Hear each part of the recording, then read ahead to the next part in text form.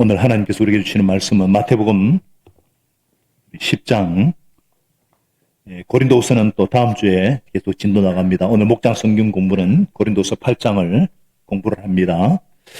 자, 10장 우리 26절로 33절까지 말씀인데요. 제가 26절 7절 읽고 28절부터 31절까지 같이 읽겠습니다. 그리고 제가 읽고 33절을 같이 읽겠습니다. 그러므로 너희는 그들을 두려워하지 말아라.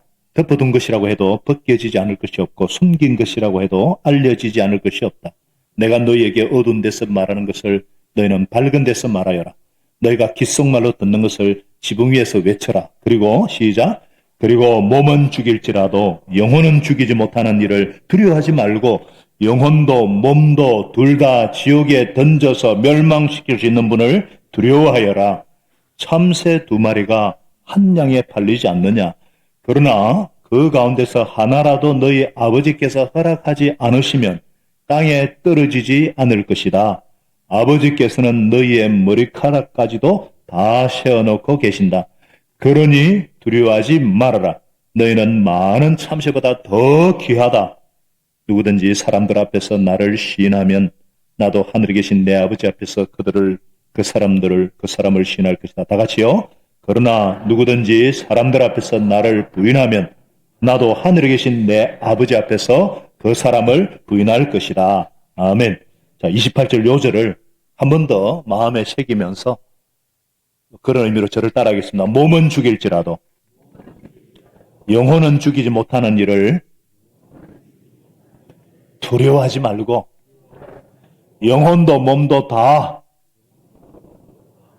둘 다 지옥에 던져서 멸망시킬 수 있는 분을 그 하나님을 두려워하여라. 네, 하나님을 두려워하여라. 말씀 제목으로 노중수 목사님 말씀 전하겠습니다.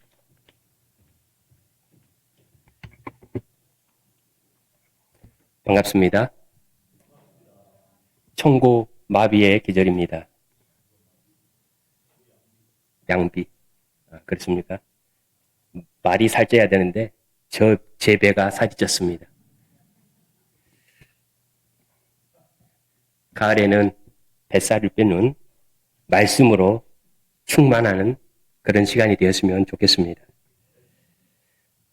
요즘 삶이 고단하니까 어떤 분들이 너무 살아가는 이 삶이 고단하니까 신세 한탄하면서 삶에 대해서 사는 것에 대해서 굉장히 원망하면서 굳이 살 필요가 있느냐. 살면 끝나는데 끝인데 죽으면 끝인데 그냥 죽고 싶다. 이런 표현들을 좀 하는 것 같습니다. 20년 전에 제가 20년 전에 참 여러 가지 삶이라든지 아니면 여러 가지 면에서 좀 잘 안 됐을 때, 이렇게 루저, 이렇게 실패자의 그런 모습들이 보였을 때, 저도 종종 그런 마음을 가진 적이 있습니다. 하루하루가 정말 수월, 지옥에 있는 그런 느낌이 들 때가 있었는데, 산들 뭐한들 죽으면 다 끝인데, 그냥 여기서 마감하고 천국 가면 얼마나 좋은가. 그런 심정으로 있을 때가 있었습니다.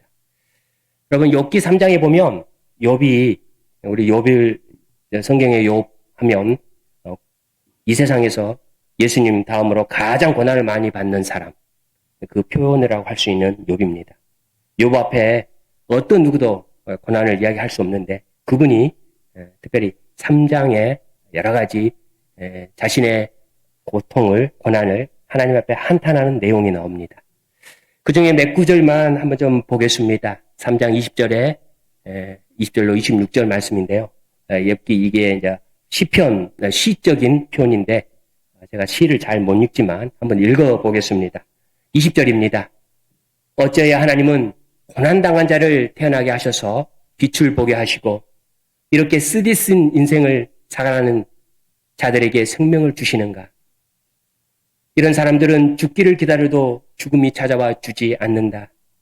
그들은 보물을 찾기보다는 죽기를 더 바라다가 무덤이라도 찾으면 기뻐서 어쩔 줄 모르는데 어쩌여 하나님은 길 잃은 사람을 붙잡아 놓으시고 사방으로 그 길을 막으시는가. 밥을 앞에 놓고서도 나오느니 탄식이요 신음소리 그칠 날이 없다. 마침내 그렇게도 두려워하던 일이 밀어닥치고 그렇게도 무서워하던 일이 다가오고야 말았다. 그러면서 이렇게 말합니다. 내게는 평화도 없고 안정도 없고 안식마저 사라지고 두려움만 끝없이 밀려온다. 여러분, 얼마나 삶이 고단하면, 얼마나 욥이 고통스러우면 저런 표현을 했을까? 여러분, 요즘 참 사는 게 너무 고단합니다. 사실은. 경제도 어렵고 여러 가지로 폭력도 일어나고 세상살이가 너무 힘들다 보니까 많은 분들이 이 욥 같은 이런 고통을 하고 고난을 표현을 하고 죽으면 끝이다 하면서 죽겠다 이런 말들을 종종 하는 것 같습니다. 그런데 문제는 이 그리스도인 하나님을 믿는 백성이란 분들 중에서도 그런 말들을 한다는 이 사실이 굉장히 가슴 아픈 일이 아닐 수 없습니다. 제가 요즘 신대원에서 조지신학을 공부하고 있습니다. THM을 공부하고 있는데요. 여담이지만 지난학기에 아주 제가 우수한 공부를 했습니다. 자랑을 좀 하려고. 열심히 공부한다는 걸 말씀드리고 싶어서 그랬습니다. 지금 열심히 공부하고 있습니다. 근데 요즘 이번 학기에 공부하는 내용 중에 인간의 사후세계에 대해서 쉽게 말하면 인간이 어떠는가, 인간에 대해서 그러면서 인간이 죽으면 끝나는 후에 어떠는가, 종말론에 대해서 이 두 가지 내용을 배웁니다. 원래 이제 신학적으로 인간론과 종말론은 따로따로 굉장히 범위가 넓은데 그 범위 넓은 내용을 좀 배우고 있습니다. 참 배우면서 여러 목사님들과 박사 코스 분들과 이렇게 대화를 하고 교수님과 대화를 하고 이런 논문들을 이렇게 읽다 보니까 요즘 많은 그리스도인 중에 이게 불신자들 말고요. 그리스도인 중에 사후세계에 대해서 인간의 사후세계, 그러니까 죽은 후의 세계에 대해서 또 죽은 후에 인간이 어떻게 되는가 이것에 대해서 오해를 하다든지 아니면 모른다든지 그런 분들이 참 많다는 사실을 알게 되었습니다. 여러분 솔직히 저는 이제 우리 미래교회 성도님들과 그런 대화를 해보지 않았습니다. 죽음에 대해서 사후에 대해서 이런 공부를 해본 적이 없고 대화를 해본 적이 없어서 여기 계신 우리 성도님들은 어떤 생각을 하고 계신지는 잘 모르겠습니다. 그런데 많은 분들이 이런 생각을 한다. 특히 그리스도인들이 이런 생각을 한다 하면 굉장히 가슴 아픈 일이 아닐 수 없습니다. 성경적인 바른 인간적인 인간론 혹은 사후 세계에 대해서 가치관 이런 것들을 가지고 있지 않다면 우리의 신앙은 지금 우리가 예수님을 믿는 이 신앙은 현재 이 땅에서의 삶이 끝나버린가? 단가? 라는 이런 사고가 있을 수가 있습니다. 굉장히 목사로서 가슴 아픕니다. 여러분 우리 사후는 어떻게 될까요? 죽으면 끝일까요? 모든 것이 사라져버리는 아무것도 없는 걸까요? 소멸된 그런 존재일까요? 아니면 여전히 뭔가 존재하는 그런 걸까요? 이전에 제가 전도를 하면 종종 히브리서 9장 27절 말씀 여러분 기억하실 겁니다. 사람에게 한 번 죽은 것은 정해진 일이요 그 후에 반드시 심판이 있다. 이 구절을 가지고 이렇게 전도한 적이 있습니다. 그러면 그분이 대뜸 반박을 합니다. 목사님, 그건 성경 이야기고, 자, 보세요. 나라는 사람, 내가 지금 죽었어요. 아니면 이제 사람이 죽었어요. 자, 그 시체를 우리가 매장을 한다든지, 아니면 화장을 하면, 자, 보세요. 한 줌의 한 줌은 사실 조금 더 되지만, 한 줌은 더 표현을 그렇게 하니까, 흙으로 밖에 남지 않잖아요. 다른 표현을 하면 없어져 버리잖아요. 아무것도 없잖아요. 그런데 무슨 그 위에 심판이 있고 그 위에 뭐가 있어요? 다 끝나버리는데 이렇게 말들 하였습니다. 제가 그분에게 이렇게 표현을 했습니다. 아니다. 현상적으로는 그렇게 보이지만 사실은 눈에 보이지 않는 영적인 영혼이 있다. 사람은 물질적인 눈에 보이는 이 물질적인 육체뿐만 아니라 보이지 않는 비물질적인 영혼이 있다. 그렇기 때문에 사람은 그 존재이기 때문에 이 하나님의 말씀이 맞는 말이다. 이렇게 말합니다. 그러면 그분은 하면서 이해도 못하겠다. 동의도 못하겠다. 이렇게 말씀하였습니다. 여러분,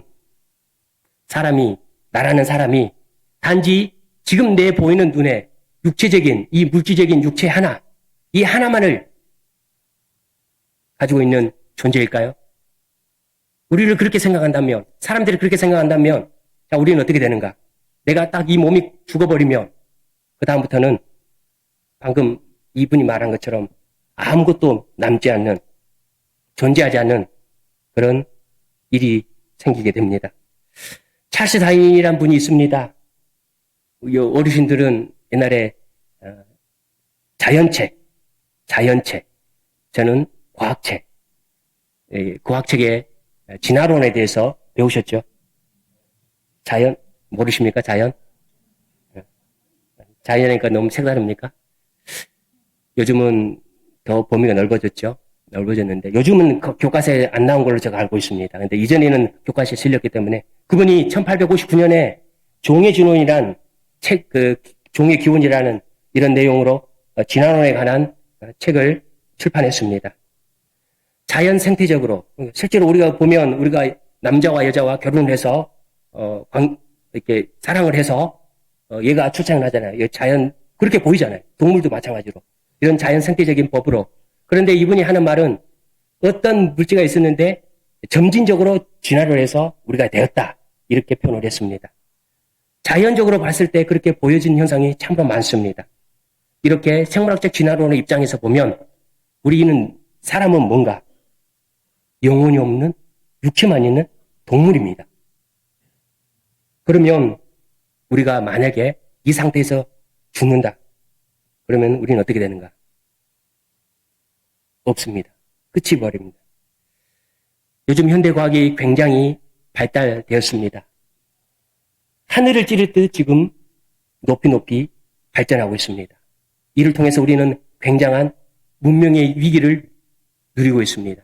굉장한 편리하게 살고 있고 많은 유익을 누리고 있습니다. 이거는 우리의 큰 은혜입니다. 그러나 그 이면에 과학의 발전 때문에 생기는 현상이 있었습니다. 무엇이냐면 이제 성경을 믿지 않게 하는 이런 도전이 생겼습니다. 특별히 여러분 혹시 뇌과학 아십니까? 뇌과학. 우리 정지훈 집사님도 이렇게 과학자분들이 많으셔서 제가 잘 모르지만 이 뇌과학이 굉장히 요즘 발전하고 있습니다. 요즘 제가 공부하는 이런 걸 통해서 논문이 저도 이렇게 같이 보고 있는데요. 이 뇌과학자 중에 분들이 이런 표현을 한답니다. 사람에 대해서 인간이란 단지 뇌를 조종하는 기계다. 신경계에 있는 뉴런이라는 것이 있는데 이 신경세포, 이 뉴런이 작동하여서 몸을 움직이게 하지 않느냐 이런 이야기를 하시면서 사실은 현상적으로 맞습니다. 그런 걸 통해서 굉장하게 사람에 대해서 그렇게 표현을 한답니다. 이 뇌과학에 대해서 좀 읽어보시면 굉장히 맞는 말을 합니다. 실제로 실험을 통해서도 많이 증명이 되고 있고요. 그러다 보니까 사람을 어떻게 보고 있느냐?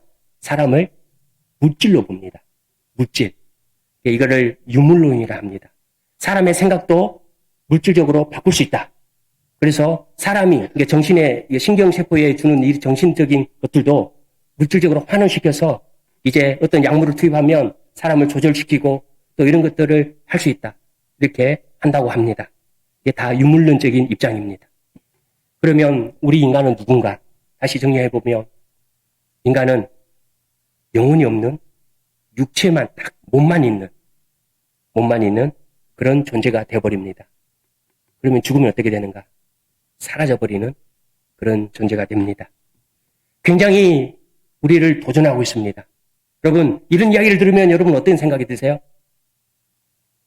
우리 청년들 많이 계시는데요. 우리 청년분들 굉장히 이런 소식을 많이 듣고 있습니다. 유튜브에서 굉장히 많이 듣고 있습니다. 지금 서울 쪽, 경기 쪽은 이런 세미나를 굉장히 많이 하고 있습니다. 정말 도전하고 있는 세상입니다. 이런 세상에서 나는 여전히 하나님이 말씀하시는 이 하나님의 말씀을 믿는다. 이 신앙을 지킨다는 것이 굉장히 도전을 받고 있습니다. 오늘 본문 배경은 사실은 당시에 로마 시대 때 예수님을 인정하는 거, 예수님을 믿고 산다는 걸 굉장히 겁박하고 핍박하고 두려워하게 만든 세상이었습니다. 그런 세상에서 예수님을 믿는다 이렇게 고백하면 목숨까지 위협을 받고 있는 그런 본문의 배경입니다. 어쩌면 육체적으로 우리에게 도전을 주지는 않습니다. 그런데 지금 우리의 모든 생각들, 우리의 모든 것들을 지금 도전을 주고 있다. 이렇게 보고 있습니다. 이러할 때에 여러분 하나님의 말씀을 믿으신가요? 하나님은 그러면 우리에게 어떻게 말씀하신가? 창세기 2장 7절 말씀을 우리 한번 보겠습니다. 함께 같이 읽겠습니다. 창세기 2장 7절 말씀 같이 읽겠습니다. 시작. 주 하나님이 땅의 흙으로 사람을 지으시고 그 코에 생기를 불어넣으시니 사람이 생명체가 되었다. 분명하게 하나님은 이렇게, 성경은 이렇게 표현합니다. 흙, 그리고 하나님의 기운, 두 가지를 표현합니다. 이걸 쉽게 말하면 우리가 보이는 육체와 하나님 영혼, 우리 인간은 몸과 영혼의 존재란 겁니다. 여러분 믿으십니까? 다윗이 있죠? 하나님을 굉장히 찬양했던, 아까 우리 예배팀이 불렀던 찬양도 다윗이 불렀던 찬양인데요. 얼마나 이 자연세계에 대해서 정말 이 과학이라는 이런 모든 것들을 다 뛰어넘는 이런 통찰력이 됐던 이 다윗이 사람에 대해서 이렇게 표현을 했습니다. 자신 한 사람이 자기 세를 이렇게 표현합니다. 특별히 시편 63편 1절에 보면 이렇게 표현합니다. 시편 63편 1절입니다. 하나님, 주님은 나의 하나님이십니다. 내가 주님을 애타게 찾습니다. 여기까지는 다윗 한 사람입니다. 물기가 없는 땅, 메마르고 황폐한 땅에서 내 영혼이 주님을 찾아 목이 마르고 그 다음에 이 몸도 주님을 애타게 그리워합니다. 자신을 어떨 때는 내 영혼이라, 어떨 때는 내 몸이라 다윗은 이렇게 표현합니다. 인간이, 사람이 영혼과 몸으로 구성되어 있다. 다윗은 이렇게 말해주고 있습니다. 여러분, 성경을 읽어보시면 성경 곳곳에서 우리 사람에 대해서 많은 부분에서 말하는데 이렇게 말하고 있는 겁니다. 사람은 영혼의 존재다. 영혼이 실존한 그런 존재다. 오늘 본문을 조금 보면요. 재미있는 표현이 있습니다. 예수님이 이 말씀을 하시고 난 후에 참새 이야기를 하셨습니다. 참새를 한번 예를 들으시는 예수님처럼 제가 한번 예를 들어보겠습니다. 새를 분석해 보겠습니다. 자, 새. 자, 분석을 한번 해보십시오. 자, 잘 분석이 안 되시면 치킨을 통닭으로 분석을 해보겠습니다. 제가 배가 고프시죠? 통닭은 못 사드리고 한번 분석을 해보겠습니다. 얼마나 맛있습니까? 얼마나 맛있습니까? 자, 참새는 영혼이 없습니다. 몸만 있습니다. 유다서에서 이렇게 말했습니다. 짐승에 대해서 이성이 없다. 자, 이 이성이라는 것은 우리를 표현하면 영혼을 의미하기도 합니다. 베드로 사도도 이렇게 말했습니다. 짐승을 지각이 없다. 짐승, 새, 이런 유들은 영혼이 없다. 영혼이 없다. 이렇게 우리가 말한 겁니다. 근데 예수님의 그런 새들보다 너희가 더 귀하다 이렇게 표현하셨습니다. 왜 이런 말씀을 하셨을까? 우리 사람은 영혼을 소유했기 때문에 하나님의 형상으로 지음받는 우리 사람은 하나님께서 우리에게 주신 영혼의 소유자이기 때문에 그러기 때문에 귀하다는 겁니다. 여러분, 우리의 가치는 사람의 가치는 다른 데 있지 않습니다. 보여지는 우리의 형상이 아니라 하나님께서 주신 영혼의 이 영혼 때문에 하나님 앞에서 우리 자신을 세울 때 우리는 존귀한 자가 되는 겁니다. 영혼을 소유한 우리라는 사실을 믿으시기 바랍니다. 사랑하는 성도님, 나라는 존재, 사람이라는 존재, 어쩌면 우리의 생각 속에 생물학적 진화론 그런 관점들, 아니면 유물론적인 이런 관점들이 있을 수가 있습니다. 그러나 우리는 성경을 믿고 있는 사람들입니다. 그렇기 때문에 성경에서 말한 우리는 몸과 영혼을 소유한 자다. 이것도 아주 신비한 방법입니다. 사실은 증명이 안 됩니다. 어떻게 구성이 되어 있는가? 어떻게 조절이 되는가? 우리가 오늘 신앙 고백을 했습니다. 삼위일체에 대해서. 여러분, 성경이 삼위일체에 대해서 신비하게 설명을 합니다. 근데 우리 이해로는 이해할 수가 없습니다. 그처럼 이 사람의 구성은 굉장히 신비합니다. 보여지는 것이 육체가 다 한 것처럼 보이지만 아니라는 겁니다. 영혼이 있다는 겁니다. 이 사실을 믿으시고 늘 내 영혼이 어떠한가 고민하는 우리의 삶이 되면 좋겠습니다. 우리가 영혼의 존재를 믿는다면 그러면 우리는 이 땅의 지금의 삶을 어떻게 살까요? 어떻게 살아야 할까요? 종종 우리는 내 육체만을 위해서, 그런데 오늘 우리가 영혼이 존재한다면 내 영혼을 위해서도 우리가 살아야 되겠다. 우리가 이렇게 다짐하게 되는 겁니다. 여러분, 영혼의 고통을 한번 생각해 보십시오. 육체가 고통스럽잖아요. 아까 욥이 그렇게 고통스럽게 표현한 것들, 육체 때문이지만 그 내용 중에 보면 영혼이 고통스러운 것을 표현합니다. 우리가 고통스러운 거는 내 육체만 고통스러운 게 아니라 내 영혼도 같이 고통스러운 겁니다. 내 육체가 고통스러울 때 영혼도 함께 고통스럽고, 내 영혼이 고통스러우면 내 육체가 있는 우리가 고통스러운 겁니다. 여러분, 우리는 이 사실을 하고 우리의 이 삶에서, 이 땅의 삶에서 이 영혼을 위해서 살아가는 우리가 모두기를 소망합니다. 영혼이 존재하기 때문에 영혼은 죽으면 끝나지가 않습니다. 여러분, 영혼은 불멸합니다. 믿으시기 바랍니다. 우리 수요 예배 때 권율 목사님께서 죽은 후에 낙원, 그리고 예수님 재림 후에 새 하늘과 신천지에 대해서 설명해 주셨습니다. 하나님 나라에 대해서. 지금 우리가 죽습니다. 그러면 그 다음에 우리가 어떻게 되는가? 어떻게 될까요? 믿는 사람들은 낙원을 가게 됩니다. 근데 믿지 않는 사람들은 헤데스, 지옥에 가는 게 되죠. 이 낙원에 있을 때, 그러면 아직 예수님이 재림하시지 않았기 때문에, 오늘 우리 사도신경에 보면 제일 뒷부분에 우리가 무엇을 믿는가? 몸의 부활을 믿는다 이렇게 고백합니다. 그러면 아직 몸이 없는 상태, 그 상태가 있는데, 그러면 그때 거기에 어떻게 있는 겁니까? 몸이 사라지고 없는데 영혼의 존재가 그렇게 있다는 겁니다. 성경은 그렇게 말하는 겁니다. 우리는 죽으면 끝난 것이 아니라 영원한 존재, 영적인 존재, 영혼이 그대로 남아있고, 훗날 예수님이 재림하시면 그 영혼과 육체가 다시 한번 신병밥으로 연합하여서 영원토록 하나님과 살게 된다. 이렇게 성경은 말합니다. 그렇기 때문에 여러분, 죽으면 끝이 아닙니다. 죽으면 끝이 아닙니다. 모든 것이 고통스럽다고 이 땅의 삶을, 내 생을 마감하겠다. 이 생각은 굉장히 어리석은 생각입니다. 오늘 분명하게 예수님을 말씀합니다. 28절 말씀입니다. 예수님께서 이렇게 말씀하신 걸 우리가 같이 한번 읽어보겠습니다. 28절입니다. 시작.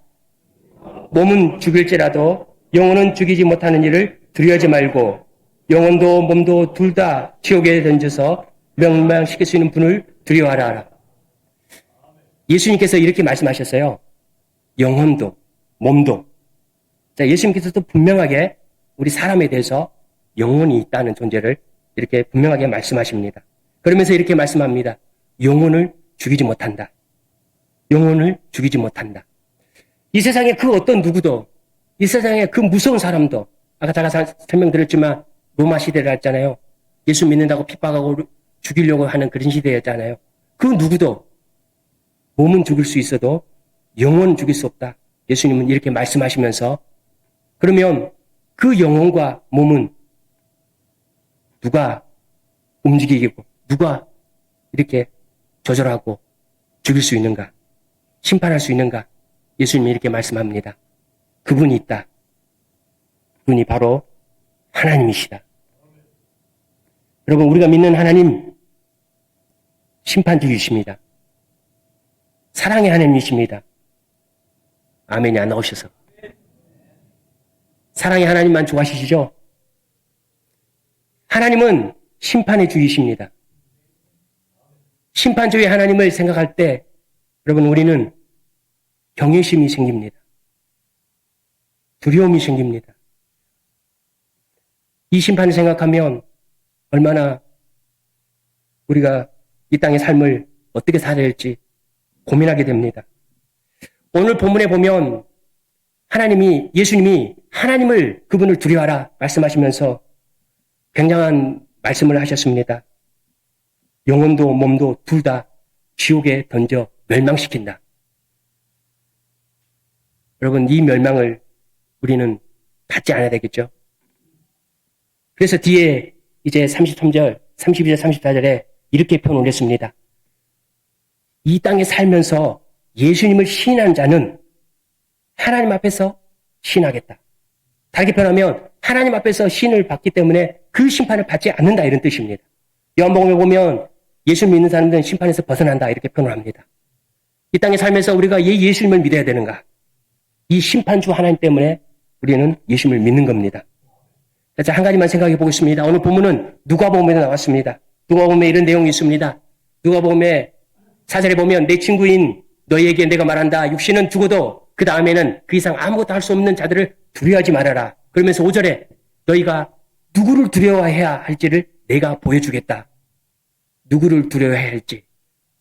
죽인 다음에 지옥에 던질 권세를 가지신 분을 두려워하라. 그렇다. 내가 너에게 말한다. 그분을 두려워하라. 뒤에는 강조 조금 하셨는데요. 이번에는 헬라는 한 번 더 하면 강조를 하신 겁니다. 그분을 두려워하라. 여러분, 우리 이 땅에 살면서 누구를 두려워할까? 하나님을 두려워해야 됩니다. 우리가 두려워할 분은 하나님입니다. 이 땅에 다른 그 어떤 분을 두려워할 필요 없습니다. 오직 하나님 그 한 분을 두려워하는 우리 모두가 되기를 소망합니다. 하나님을 두려워할 때 우리의 삶은 은혜가 있을 것입니다. 왜냐하면 오늘 하나님이 참새를 먹이셨습니다. 참새에 아까 영혼이 없다 그랬죠? 영혼 없는 참새를 하나님이 땅에 떨어뜨리지도 않으시고 수고도 안 하는데 목으로 날아다니는 수고는 합니다. 수고도 안 하는데 먹입니다. 하물며 영혼을 가진 너희, 엄청난 귀한 너희, 나에게 소중한 너희를 내가 돌보지 않겠느냐. 하나님이 이렇게 말씀하십니다. 이 하나님을 우리가 두려워한들 우리는 무서운 하나님이 아니라는 겁니다. 여러분, 하나님을 두려워하십시오. 하나님의 심판을 생각하십시오. 그리고 이 땅에서 그 하나님을 소망하며 경외하며 사시기를 소망합니다. 욥기 34장 14절에 이런 말씀을 합니다. 14, 15절에 만일 하나님이 결심하시고 생명을 주는 영을 거두어 가시면 육체를 가진 모든 것들은 일시에 죽어 모두 흙으로 돌아가고 맙니다. 저는 이 구절을 읽으면서요. 14절 제일 앞에 하나님의 결심이라는 단어가 제 마음에 왔습니다. 두렵습니다. 하나님이 결심하시며 나의 결심이 아니구나. 그 세상에 다른 사람의 결심이 아니구나. 하나님이 결심하시면 영을 거두어 가시구나. 그러면 우리는 여기에 없게 되구나. 하나님의 결심, 이 결심에 따라 우리의 몸과 영혼이 운명이 달려있구나. 우리의 운명은 하나님께 달려 있습니다. 이 하나님을 경외하는 우리 모두가 되기를 소망합니다. 참새도 돌보시는 하나님, 이 세상 모든 것을 주관하신 하나님, 그러나 우리를 진정으로 사랑하신 이 하나님 우리를 돌보실 겁니다. 아무리 고통스러워도 이 세상 삶이 고단하도 힘들어도 그 욥을 끝까지 지켜주셨던, 그래서 인내하게 하셨던 그 하나님께서 우리도 인내하게 하실 겁니다. 그리고 영원한 생명으로 우리를 축복하실 겁니다. 이 하나님을 영원토록 경외하며 사는 우리 모두가 되기를 주님의 이름으로 축원합니다. 아멘. 말씀을 생각하면서 우리 기도하면 좋겠습니다. 나라는 존재가 그저 한 줌의 흙 같은 육체만 있는 존재가 아니라는 사실. 영혼을 소유했기 때문에 우리 영혼의 고통도 생각해보고, 그래서 이 땅에서 이 영혼의 육체만을 위하여 아니라 영혼을 위해서도 살고자 애쓰는, 그리고 이 영혼을 주신 하나님을 생각하며 그 하나님을 경외하고 살고자 하는 그런 다짐을 하는 우리 함께 말씀을 생각하면서 기도하면 좋겠습니다. 기도하겠습니다. 하나님 아버지, 주님, 나라는 존재가 이 세상의 어떤 동물보다 아니면 다른 피조물보다 너무나 다른 하나님께서 주신 영혼을 소유한 존귀한 자임을 믿습니다. 하나님 아버지, 몸과 육체가 하나님 아버지 늘 우리에게 연합해서 때로는 몸이 고통스러우면 영혼이 고통스럽다는 사실을, 영혼이 고통스러우면 몸과 함께하는 우리 자신이 고통스럽다는 사실을 기억하면서 하나님 아버지 이 영혼의 고통을 늘 생각하면서 더욱더 하나님의 영적인 일에 힘을 쓰는 우리의 삶이 되게 도와주십시오. 하나님, 오늘도 하나님을 생각합니다. 하나님을 바라봅니다. 늘 하나님 앞에서 우리 자신을 생각하고 말씀을, 세상의 어떠한들 하나님의 말씀을 붙들고 믿음으로 사는 우리 모두가 되게 은혜를 다하여 주시옵소서. 모든 걸 감사하며 예수의 이름으로 기도합니다. 아멘.